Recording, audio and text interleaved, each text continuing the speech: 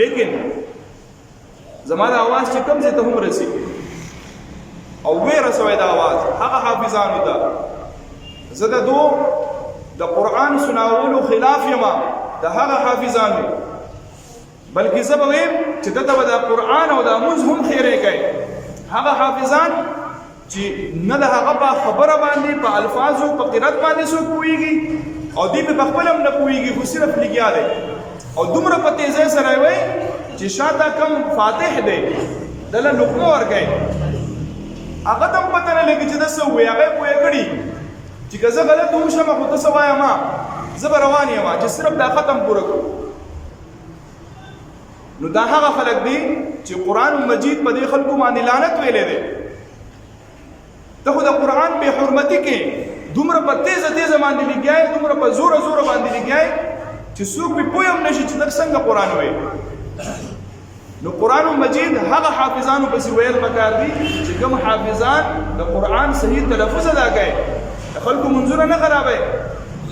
نو که چېرې تراویح داسې چې صرف اخرنی ټکي باندې خلک پوهېږي، نور په آیت نه پوهېږي، نو بیا زما په خپله باندې راه دا ده چې د دغې ختم قرآن په ځای باندې لنډې تراویح دې وشي په عالم ترقی باندې په لسو صورتونو دې وشي، خو چې په آرام باندې په سکون باندې چې کم از کم چې د تلاوت حق ادا شي که نه. نو داسې د حافظان چې څومره دي زما ته دا درخواست دی چې ختم کوئ نو قرآن مجید په ښایسته الفاظو باندې وایئ، په ترتیل سره یې وایئ. ورتل القرآن ترتیلا، د قرآن مجید تلاوت کوه په ترتیل سره چې یو یو حرف خپل ځای ته ورسي. ځینې خلکو باندې ډېر دادي یاره بھائی قاري صاحب خو ډېر حساب نه شو، یاره ډېر یې وګت کو رکوع کا څو اوس چلو شو، ستړی شوې په خپو دې درد راغی، ته د چا امت یې؟ ته د حضور محمد مصطفی احمد مجتبی صلی الله تعالی علیه وسلم امت یې او د هغه د عاشق کېدو دعوه لرې. اما عایشه صدیقه رضی الله تعالی عنها فرمایي نبی علیه الصلاة والسلام مونځ کوو د شپې، او دا د یوې شپې قصه نه ده، مستقل عادت یې دی. نبی علیه الصلاة والسلام به د شپې ولاړو مونځ به یې کوو، او حد تر دې چې د نبی علیه الصلاة والسلام د خپې مبارکې به وپړسېدې، پړسوب به پکې راغی. ستا خو لا په خپو کې پړسوب چېرته نه دی راغلی، ته خو صرف ستړی شوې. خیر دی په دې کې بیا دمه کېږي، خلک پکې اوبه هم څکي، خلک پکې شربت هم څکي، وایي پکې دمه کوي. او د نبی علیه الصلاة والسلام په مونځ کې خو دغه دمه هم نشته، خپې وپړسېدې، وایي په خپو باندې ورم راغی. ما نبی علیه الصلاة والسلام ته عرض وکړو ای د الله حبیبه، ای د الله رسوله، تاسو دومره مشقت ولې اوچتوئ؟ حالانکې تاسو خو بخلی شوي یې، ستاسو خو بخنه شوې ده. اوس په مونږ کې داسې څوک شته چې هغه دا ووایي چې هلکه زه بخلی شوی یم ګورې؟ په تاسو کې څوک شته بھائی؟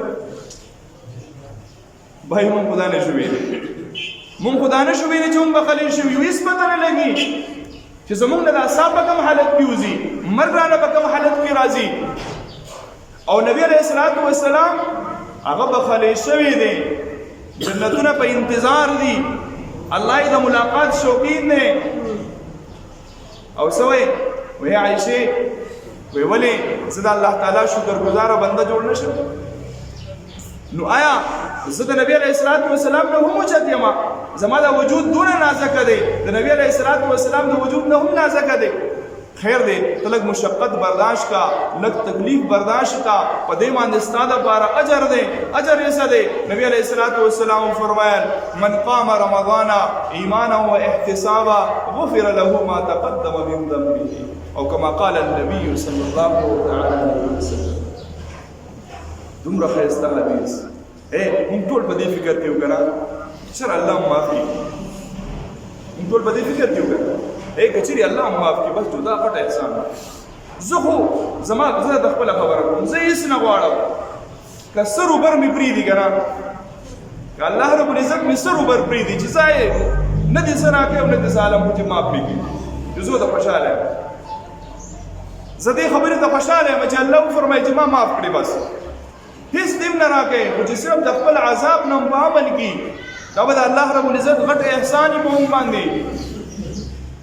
نور مونږ کوم عمل هغه پرېښی دی چې هغه د عذاب مستحق نه یو مونږ. نبی علیہ الصلوۃ والسلام فرمایا من قام رمضان چاچی پر رمضان مبارک کی قیام وکو چاچی پر رمضان مبارک کی قیام وکو د تراویح وکړي